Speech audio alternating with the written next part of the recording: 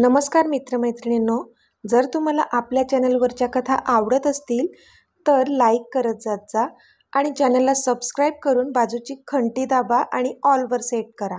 म्हणजे जेव्हा जेव्हा मी नवीन व्हिडिओ किंवा कोणतीही नवीन पोस्ट अपलोड करेन तेव्हा ती सगळ्यात आधी तुमच्यापर्यंत पोहोचेल. धन्यवाद. तर वळूया आपल्या कथेच्या पुढच्या भागाकडे. आजी, जिनूचा आवाज आला तसं रीमाने त्याच्याकडे पाहिलं. अमित पण जिनूकडे पाहू लागला. कधीपासून जिनू पण तिथेच उभा होता, त्यामुळे आत्ता त्या रूममध्ये जे जे घडलं ते सगळं त्याने ऐकलं होतं आणि त्याच्या शार्प माइंडने लगेचच त्याला मार्ग देखील दाखवला होता. आजी, पप्पा बरोबर बोलत आहेत. जरी आशू मासीचा फेस चेंज झाला असला ना, तरी एक गोष्ट अशी आहे की ज्यामुळे तुम्हाला पटेल की आशू मासीच आमची आत्या आहे. जिनू बोलला तसे रीमासोबत अमित आणि आशूसुद्धा आश्चर्याने त्याच्याकडे पाहू लागले. आता पुढे. आजी, जिनू काही बोलणार त्याआधीच जानू त्याच्या जवळ धावत गेली. जिनू बाळा, मोठी माणसं बोलत असताना असं मध्ये नाही बोलायचं. चल इथून. जानू त्याला थोडं दटावून बोलली आणि त्याला तिथून बाहेर घेऊन जाऊ लागली. कारण तिला जरी माहीत असलं की जिनू किती जास्त हुशार आहे, तरी आत्ताच्या सिच्युएशनशी त्याचा काही एक संबंध नाही आहे असं तिला वाटत होतं. पण मम्मा, मला माहीत आहे आशू मासीच आमची आत्या आहे, जिनू बोलला. जिनू, आगाऊपणा करू नकोस, चल इथून, जानू रागवून बोलली. तसं त्याने तोंड बारीक केलं. मम्मा प्लीज, तो बोलला. पण जानूने पुन्हा एकदा त्याच्याकडे रागाने पाहिलं आणि ती त्यावर काही बोलणार त्याआधीच. जान, बोलू दे त्याला. हा अमितचा आवाज होता. पण मीत, जानू बोलली तसं त्याने तिला हाताने अडवलं. जान, बोलू दे त्याला. मला पण कळू दे की असं काय माहीत आहे जिनूला. बोल जिनू. अमित बोलला तसं जिनूने एकदा जानूकडे पाहिलं. शेवटी तिने पण होकारार्थी मान हलवली तसा तो खुश झाला. पप्पा, तुम्ही इकडे या. जिनू बोलला तसा अमित त्याच्याजवळ गेला. मासी, तू पण इकडे ये. जिनू बोलला आणि आशू त्याच्याजवळ गेली. तुम्ही दोघेही आता बसून घ्या. तो बोलला तसे दोघेही त्या बेडवर ते बसले. हां, तर पप्पा, तुम्ही आम्हाला तुमच्या खांद्यावर असलेला बर्थमार्क दाखवला होता आज सकाळी, हो ना? जिनूने विचारलं तशी अमितने होमध्ये मान हलवली. गुड. तुमच्या राईट शोल्डरवर आहे ना तो? जिनूने विचारलं. तशी पुन्हा अमितने होमध्ये मान हलवली. तुम्ही दाखवू शकता का तो बर्थमार्क आता सगळ्यांना? त्याने विचारलं. ऑफकोर्स. असं म्हणत अमितने त्याच्या खांद्यावरून त्याचा शर्ट खाली उतरवलं आणि सगळ्यांना ते बर्थमार्क दाखवलं. तसा जिनू हसला. पप्पा, तुम्ही म्हणाला होतात की आमच्या आत्याच्या लेफ्ट शोल्डरवर पण सेम बर्थमार्क आहे. तुम्हाला बघायचा नाही का तो? जिनू मिश्किल हसत बोलला. पण एव्हाना अमितला कळलं होतं की जिनूला काय म्हणायचंय आणि त्याच्या ओठांवर खूप मोठी स्माईल आली. मासी, तू दाखवतेस ना तुझ्या लेफ्ट शोल्डरवरचा तुझा बर्थमार्क? जिनू बोलला.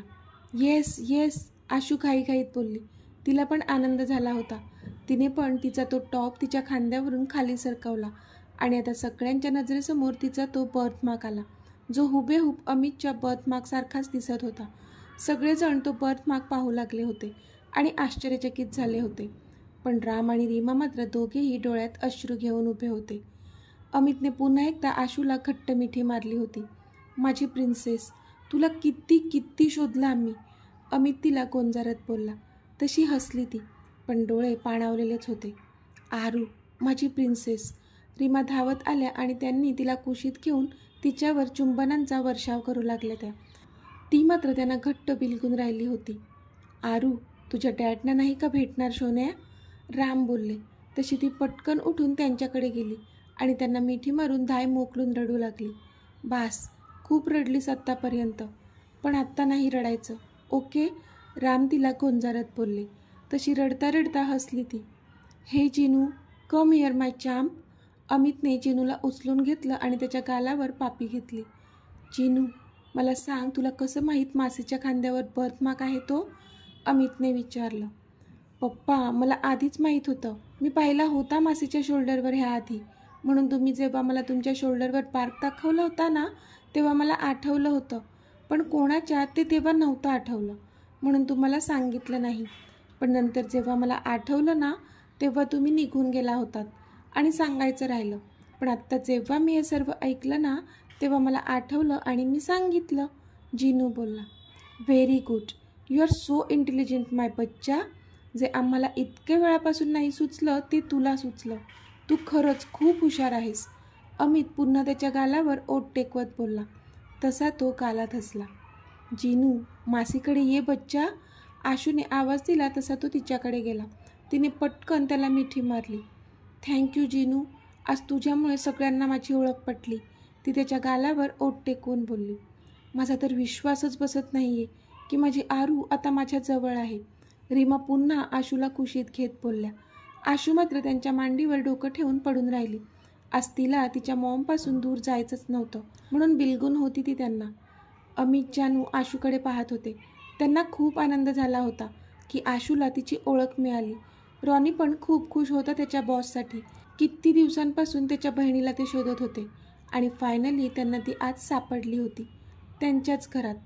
त्याला पण अजून हे स्वप्नच वाटत होतं की आशू हीच आराध्य आहे. त्याच्या बॉससाठी तर तो खूप खुश होताच, पण स्वतः आत्ता ह्या गोष्टीचा आनंद मानावा की मग देवाने आपल्या आयुष्यात हे काय वाढून ठेवलं आहे ह्याचं दुःख त्यालाच कळत नव्हतं. बराच वेळ आशू रीमांच्या कुशीत त्यांना घट्ट पकडून होती आणि रीमासुद्धा तिला प्रेमाने गोंजारत होत्या, जी ह्या दुनियेतच नाही आहे असं त्यांना वाटत होतं. पण तीच त्यांची मुलगी आज इतक्या वर्षांनंतर त्यांच्या कुशीत होती. त्यांच्या आनंदाला पारावर उरला नव्हता. कितीतरी वेळा देवाचे आभार मानले असतील त्यांनी ह्या थोड्याच वेळात. थोडा वेळ असाच गेला. अमित आणि जानू पण तिथेच होते. शेवटी अमितने विषय काढला. प्रिन्सेस, तू ठीक आहेस आत्ता? त्याने तिच्या डोक्यावरून हात फिरवत विचारलं. तशी तिने होमध्ये मान हलवली. मला माहीत आहे तू खूप त्रासातून गेली आहेस, फक्त त्या मोहनमुळे, आणि त्याबद्दलच काही प्रश्न आहेत माझ्या मनात. त्यांची उत्तरे तू आता देऊ शकशील की मग आपण उद्या बोलूया? त्याने विचारलं तशी ती रीमांच्या मिठीतून बाहेर आली. उद्या नको ब्रो, मी आत्ताच सांगते तुम्हाला माझ्यासोबत काय घडलं होतं, ती बोलली. ओके, मग मला पहिल्यापासून सांग काय घडलं होतं, त्याने विचारलं. तसं तिने एक दीर्घ श्वास घेतला आणि ती सांगू लागली. ॲक्सिडेंटनंतर मोहनने तिला जे जे सांगितलं म्हणजे ते कन्फेशन की त्यानेच तो ॲक्सिडेंट घडवून आणला होता आणि त्यानंतर तिच्या मॉमला भेटवतो म्हणून तिला त्या गाडीत घेऊन गेलेला इथपर्यंत ती बोलली आणि रडू लागली, कारण त्यानंतर जे तिच्यासोबत घडलं होतं ते काही ती विसरू शकत नव्हती. प्रिन्सेस, काय झालं? तू इतकी का रडतेस? अमितने विचारलं. तशी ती पुन्हा त्याला बिलगून रडू लागली. शांत हो, तो तिच्या डोक्यावरून हात फिरवून बोलला. आता सांग, काय झालं होतं तेव्हा? त्या मोहनने तुला काही? तो बोलत होताच की तिने नाहीमध्ये मान हलवली. काकाने नाही, पण त्याची ती 2 माणसं होती, त्यांनी त्या कारमध्ये माझ्यावर. ती बोलता बोलता थांबली. तिला बोलवत पण नव्हतं. इतकी किळस येत होती तिला त्या क्षणी ते सगळं आठवून. आणि इथे अमित आणि रॉनी दोघांनीसुद्धा रागात हाताच्या मुठी आवळल्या होत्या. आशू, जानू लगेच पुढे आली आणि तिने तिला जवळ घेतलं. Who was that bastard? I will not leave them. Amit जोरातच ओरडला. अक्षरशः रागाने थरथरत होता तो. ब्रो, आशू रडून बोलली. त्याला तसं बघून घाबरली होती ती. अमित, तू शांत हो आधी, राम बोलले. कसा शांत होऊ डॅड? त्यांनी प्रिन्सेससोबत काय केलं ऐकलं ना तुम्ही? अमित चिडून बोलला. नाही ब्रो, तसं काही घडलं नाही. म्हणजे त्यांचे मनसुबे तसेच होते, पण ते साध्य नाही झाले, आशू बोलली. तसं तिथे उपस्थित असलेल्या सगळ्यांनी समाधानाने एक सुस्कारा सोडला. सगळ्यांच्या जीवात जीव आला, कारण असं काहीच वाईट आरूच्या बाबतीत घडलं नव्हतं.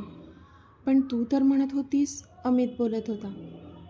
हो ब्रो, पण जे काही घडलं ना त्यानंतर माझं आयुष्य मात्र माझं नाही राहिलं, असं म्हणत ती पुढे बोलू लागली. फ्लॅशबॅक. माझ्या ब्रोला कळलं ना तर जिवंत नाही सोडणार तो तुला, ती ओरडून बोलली, पण तिच्या बोलण्याचा त्याच्यावर तीळ मात्र परिणाम झाला नाही. तू स्पीड वाढव रे, तो आडदांड माणूस बोलला आणि तिच्यावर तुटून पडला. ती जीवाच्या आकांताने ओरडत होती, पण ड्रायव्हरने FM चा आवाज मोठा केल्याने तिचा आवाज आतल्या आत दबला होता. त्या बलदंड माणसापुढे तिचा प्रतिकार पुरेसा पडत नव्हता. तिच्या स्वतःची अब्रू वाचवण्यासाठी होणारा आरडाओरडा ऐकून कोणालाही पाचर फुटलं असतं, पण त्या 2 नराधमांवर मात्र त्याचा काहीच परिणाम होत नव्हता. आता सगळं संपलंय असंच जणू तिला वाटलं, कारण कितीही प्रतिकार करत असूनही आपली ताकद त्या नराधमापुढे कमी पडते हे एव्हाना तिला कळलं होतं. आता जीव गेला तरी 72. तिने विचार केला आणि डोळे मिटले. अंगात होती नव्हती ती सर्व शक्ती एकवटून ड्रायव्हर सीटवर बसलेल्या माणसाचे केस तिने मागून जोरात खेचले. इतके जोरात की त्या ड्रायव्हरच्या डोळ्यांसमोर अंधार दाटून आला आणि त्याचा गाडीवरचा कंट्रोल सुटला. आणि पास, धडाम. गाडी उलटीपलटी होऊन समोरच्या दुभाजकावर आदळून 2-4 कलंट्या मारत गाडीचा चक्का चूर झाला. सगळीकडे काचाच काचा विखुरल्या होत्या आणि रक्ताचा सडा. लगेचच लोकांची एकच तौबा गर्दी तिथे जमली. काही जण तोंडावर हात ठेवून ते दृश्य पाहत होते. थोड्याच वेळात पोलीस देखील तिथे जमा झाले. 2 जणांचे मृतदेह गाडीतून काढलेत साहेब, एक हवालदार बोलला. आणि तिसरा? त्या इन्स्पेक्टरने विचारलं. ती मुलगी जिवंत आहे साहेब, तिच्यासाठी ॲम्ब्युलन्स बोलावली आहे, हवालदार बोलला. जिवंत आहे? कशी काय? गाडीचा तर चक्का चूर झालाय, इन्स्पेक्टरने विचारलं. साहेब, मुलगी गाडीत नव्हती, कदाचित बाहेर फेकली गेली असेल. त्या मोठ्या दगडावर आपटली होती, तिथेच जखमी अवस्थेत सापडली ती, हवालदार बोलला. ओके, गाडी कोणाची होती काही कळलं का? इन्स्पेक्टरने विचारलं. हो साहेब, मोहन राज्याध्यक्षाची गाडी होती, हवालदार बोलला. तसं इन्स्पेक्टरने त्याच्याकडे पाहिलं. बोलावून घे त्यांना लगेच, इन्स्पेक्टर बोलले. आलेत ते साहेब, हवालदार. कुठे आहे? इन्स्पेक्टरने विचारलं. ते तिथे, हवालदारने इशारा केला. तसं इन्स्पेक्टरने समोर पाहिलं तर मोहन आराध्याला त्यांच्या गाडीत घेऊन जाण्याच्या तयारीत होता. ओ हॅलो, हे काय करताय तुम्ही? इन्स्पेक्टरने विचारलं. माझी पुतणी आहे, तिला लवकरात लवकर हॉस्पिटलमध्ये घेऊन जावं लागेल, तो बोलला. ॲम्ब्युलन्स बोलावली आहे, इन्स्पेक्टर.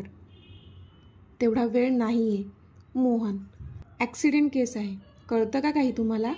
इन्स्पेक्टर बोलला. तसं मोहनने एक रागीट कटाक्ष त्याच्यावर टाकला.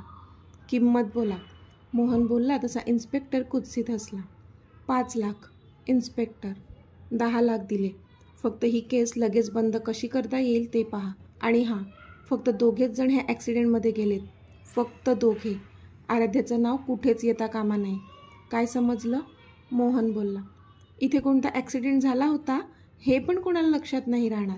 तुम्ही निश्चिंत राहा, फक्त माझी किंमत तेवढी लक्षात ठेवा, इन्स्पेक्टर लाळ घोटत बोलला. तशी मोहनने नकारार्थी मान हलवली. तुमची किंमत तुम्हाला मिळून जाईल, काम चोख करा. चला रे, मोहन बोलले आणि आराध्याला घेऊन हॉस्पिटलमध्ये आले. इथे आराध्याला इमर्जन्सीमध्ये ऑपरेशन थिएटरमध्ये नेण्यात आलं आणि तिच्यावर उपचार सुरू केले गेले. शिट, काय विचार केला होता आणि हा ॲक्सिडेंट कसा काय झाला? त्या मूर्खांना एक काम धड करता आलं नाही. बरं झालं त्या ॲक्सिडेंटमध्येच गेले, नाहीतर मीच त्यांना आता गोळ्या घातल्या असत्या. मोहन खूपच रागात स्वतःशीच बोलत होते. त्यांना खूप जास्त राग आला होता त्या दोघांचा, कारण त्यांच्यामुळे मोहनने जे जे ठरवलं होतं ते आता काहीच घडू शकणार नव्हतं, किंवा ते घडण्यासाठी वेळ जाणार होता, निदान आराध्या बरी होईपर्यंत तरी. मोहन तसाच ओटीच्या बाहेर येरझाऱ्या घालत होता. इतक्यात ओटीचा बल्ब बंद झाला आणि डॉक्टर बाहेर आले. काय झालं डॉक्टर? मोहनने विचारलं. ऑपरेशन सक्सेसफुल झालेलं आहे, तरीसुद्धा जोपर्यंत त्यांना शुद्ध येत नाही तोपर्यंत काहीच सांगू शकत नाही. आणि अजून एक, डॉक्टर बोलता बोलता थांबले. अजून एक काय? मोहनने विचारलं. त्यांचा चेहरा खूप खराब झाला आहे, सगळ्या काचा त्यांच्या चेहऱ्यामध्ये घुसल्या आहेत, डॉक्टर बोलले. तसा मोहन हादरला. मला बघायचं आहे तिला, मोहन बोलले. आत्ताच नाही, आत्ताच ऑपरेशन झालं आहे, पेशंटची कंडिशन नाजूक आहे, थोड्या वेळाने मी तुम्हाला घेऊन जातो, डॉक्टर बोलले. बरोबर 1 तासाने डॉक्टर आले. चला माझ्यासोबत, डॉक्टर बोलले आणि मोहनला घेऊन आत गेले, जिथे आराध्याला शिफ्ट केलं होतं. शुद्ध कधी येईल तिला? मोहनने चालता चालता विचारलं. एव्हाना यायला हवी होती, पण अजून 10-15 मिनिटांनी येऊ शकते, होतं असं कधी कधी, डॉक्टर बोलले आणि ते आत आले. पण आराध्याचा तो विद्रूप चेहरा बघूनच मोहनने लगेचच स्वतःचा चेहरा दुसऱ्या बाजूने वळवला. आय नो, त्यांचा चेहरा खूपच विद्रूप झाला आहे, पण आता सायन्स खूप पुढे गेलं आहे. आपण प्लास्टिक सर्जरी करून त्यांचा चेहरा ठीक करू शकतो, अगदी हुबेहूब तसाच, डॉक्टर बोलले. पण इथे मोहनच्या डोक्यात मात्र काहीतरी वेगळंच शिजत होतं. नाही डॉक्टर, प्लास्टिक सर्जरी तर होईल तिची, पण चेहरा मात्र तोच नाही राहणार, तिला वेगळा चेहरा द्या, मोहन दूर कुठेतरी बघत बोलले. पण सर, डॉक्टर बोलतच होते की जे सांगितले तेच करायचं, मोहन बोलले. पण एकदा ही सर्जरी केली तर पुन्हा कोणतीच सर्जरी तिचा पूर्वीचा चेहरा पुन्हा आणू शकणार नाही. चालेल तुम्हाला, डॉक्टर बोलले. तेच हवं आहे मला, मोहन बोलले. ठीक आहे, पण आधी ह्यामधून रिकवर झाल्यानंतर आपण तिची सर्जरी करू शकतो, डॉक्टर बोलले. काही हरकत नाही, मोहन बोलले आणि तिथून बाहेर निघून गेले. इथे आराध्याने मात्र ते सगळं ऐकलं होतं, कारण जेव्हा मोहन आणि डॉक्टरने एंट्री केली होती तेव्हाच तिला शुद्ध आली होती. मोहनचा एक एक शब्द तिच्या मेंदूवर कोरला होता, पण त्याची तिच्याकडे पाठ असल्यामुळे ती त्याचा चेहरा बघू शकली नव्हती. इतक्यात समोर उभ्या असलेल्या डॉक्टरची तिच्यावर नजर गेली आणि त्याला कळलं की आराध्याला शुद्ध आली आहे. पण ती ग्लानीत असल्यामुळे डॉक्टरांनी तिला काहीच विचारलं नाही आणि आराम करू दिला. थोड्या वेळात डॉक्टर त्याची पूर्ण टीम घेऊन तिला चेक करण्यासाठी आत गेले. सोबत मोहनसुद्धा होते. पण चेक करताना त्यांना जाणवलं की आराध्याला काहीच आठवत नाही आहे. त्यांनी हर प्रकारे तिला प्रश्न विचारले. मोहनने स्वतःची ओळख सांगितली. अमितचा फोटो, तिच्या मॉम डॅडचा फोटो तिला दाखवला. पण नाही, तिला काहीच आठवत नव्हते. डोक्याला खूप मार बसला होता. अशामध्ये 50% पेशंटची मेमरी जाण्याचे चान्सेस असतात. ह्यांच्यासोबतसुद्धा तेच झाले, डॉक्टर बोलले. मग कधी येईल हिची मेमरी, मोहनने विचारलं. काही सांगता येत नाही. कदाचित 1 दिवस, 1 महिना, 1 वर्ष किंवा मग कधीच नाही, डॉक्टर बोलले. काय, मोहनने आश्चर्याने विचारलं. ही फक्त शक्यता सांगितली मी, डॉक्टर बोलले. तसा मोहनने एक सुस्कारा सोडला. एक काम करा, हिचा आत्ता मला काहीच उपयोग नाही, हिला संपवून टाका, मोहन बोलला. तसा डॉक्टर आवासून त्यांच्याकडे पाहू लागले. काय काय बोलताय तुम्ही? मी एक डॉक्टर आहे, मी असं काहीच करणार नाही आहे, डॉक्टर चिडून बोलले. मी पैसे मोजेल त्याच्यासाठी, मोहन बोलले. हे बघा, तुम्ही हे सगळं बोलताय ते चुकीचं आहे. मी पोलिसांना तुमची कंप्लेंट करू शकतो. डॉक्टर इमानदार होता म्हणून मोहनलाच खडेबोल सुनावू लागला होता. Okay, I am sorry. तुम्ही तिची प्लास्टिक सर्जरी करणार होतात ना? मी सगळा खर्च करतो हिचा, पण पुढे हिचं काय करायचं ते तुम्ही बघा. माझ्यापर्यंत काहीच आणायचं नाही, मोहन बोलले. डॉक्टर एक चांगला माणूस होता म्हणून त्याने विचार केला की आपल्यामुळे जर तिचा जीव वाचत असेल तर काय हरकत आहे. ठीक आहे, मी कोणालाच काहीच सांगणार नाही, पण तुम्ही पण तिच्या वाट्याला कधी जाणार नाहीत. तिला तिचं आयुष्य सुखाने जगू द्या, डॉक्टर बोलले. तशी मोहनने होमध्ये मान हलवली आणि तो निघून गेला. असंही हिचा आता काहीच उपयोग नाही आहे आपल्याला. मग का हिचं लोढणं गळ्यात बांधावं? त्या ॲक्सिडेंटमध्ये मेली असंच समजू. असाही हुकमाचा एक्का आपल्याजवळ आहेच की, वहिनी, तो मनातच बोलला आणि निघून गेला. आराध्याची प्लास्टिक सर्जरी झाली होती आणि तिला एक नवीन चेहरा पण मिळाला होता. तिला त्याचं काहीच वाटलं नव्हतं, कारण तिला स्वतःची तिची ओळख अजून माहीत नव्हतीच. पण इतक्यात मोहन डॉक्टरकडे आले. डॉक्टर, मला माझ्या वागण्याचा पश्चाताप झाला आहे. मला माझ्या पुतणीला घेऊन जायचं आहे, मोहन बोलले. आधी तर डॉक्टरांनी त्यांच्यावर विश्वास ठेवला नाही, पण मोहन खूपच गयावया करायला लागले. तेव्हा मात्र डॉक्टरांनी त्याच्यावर विश्वास ठेवला आणि आरूला मोहनसोबत पाठवलं. मोहनने एका आश्रमात तिची वर्णी लावली. तिथल्या मॅनेजर मॅडमशी सल्लामसलत करून तो तिथून निघाला. ह्यामागेसुद्धा त्याचं डोकं होतं. दुनियेसमोर आराध्या मेलेली असताना खऱ्या आयुष्यात मात्र ती एक अनोळखी आयुष्य जगत असेल, जे कोणालाच माहीत नसेल, शिवाय मोहनच्या. कारण त्याच्या व्यतिरिक्त कोणालाच माहीत नव्हतं की आराध्या नवीन चेहरा घेऊन जगत आहे आणि तिचा चेहरा फक्त आणि फक्त त्यानेच पाहिलेला होता. म्हणून वेळ पडेल तेव्हा तो त्याचा हा पत्ता उघडणार होता. पण नियतीला मात्र काहीतरी वेगळंच मंजूर होतं. 2-3 वर्ष आराध्या त्या आश्रमात चांगल्या रीतीने राहत होती, कारण त्या मॅनेजरचा हात तिच्या डोक्यावर होता आणि मोहनचा हात त्या मॅनेजरच्या डोक्यावर. पण त्या मॅनेजर मॅडमचं एका अपघातात निधन झालं आणि आत्ता मात्र आराध्याची खरी कसोटी सुरू झाली होती. तेथे काम करणारे पुरुष कर्मचारी वाईट नजरेने सगळ्या मुलीकडे पाहायचे, त्यांची छेड काढायचे. मॅनेजर मॅडम असेपर्यंत कोणी आरूवर वाईट नजर नव्हती टाकली, पण आत्ता मात्र ते तिच्या मागे हात धुवून लागले होते. कुठे कुठे घाणेरड्या प्रकारे तिला स्पर्श करायचे, टिंगल करायचे, जे तिला सहन होत नव्हतं. तिने त्याबद्दल कंप्लेंटसुद्धा केली होती, पण कोणीच ॲक्शन घेतली नाही. आणि एके दिवशी, आज रात्री सगळेजण त्या सोहळ्याला जाणार आहेत, तेव्हा ती एकटीच असेल खोलीत. आपण जाऊ आणि आनंद घेऊ तिचा. जसं नाटक केलं ना तिने, तर तिथेच संपवू तिला. ते तिघेजण आपसात बोलत होते आणि तेव्हाच दाराच्या आड लपलेल्या आराध्याने त्यांचं बोलणं ऐकलं आणि घाबरून तोंडावर हात ठेवला. इतके महिने ती सगळं सहन करत होती.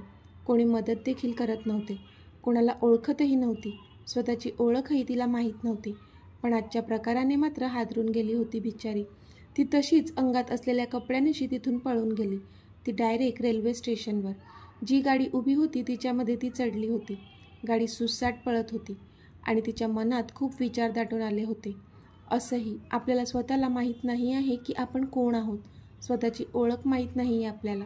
मग जगावं तरी कोणासाठी, असा विचार केला तिने आणि डोळे मिटून त्या भरधाव चालणाऱ्या ट्रेनमधून ती आता उडी मारणारच होती की एका एंजलने तिचा हात पकडून तिला स्वतःजवळ ओढलं आणि जीवनदान दिलं.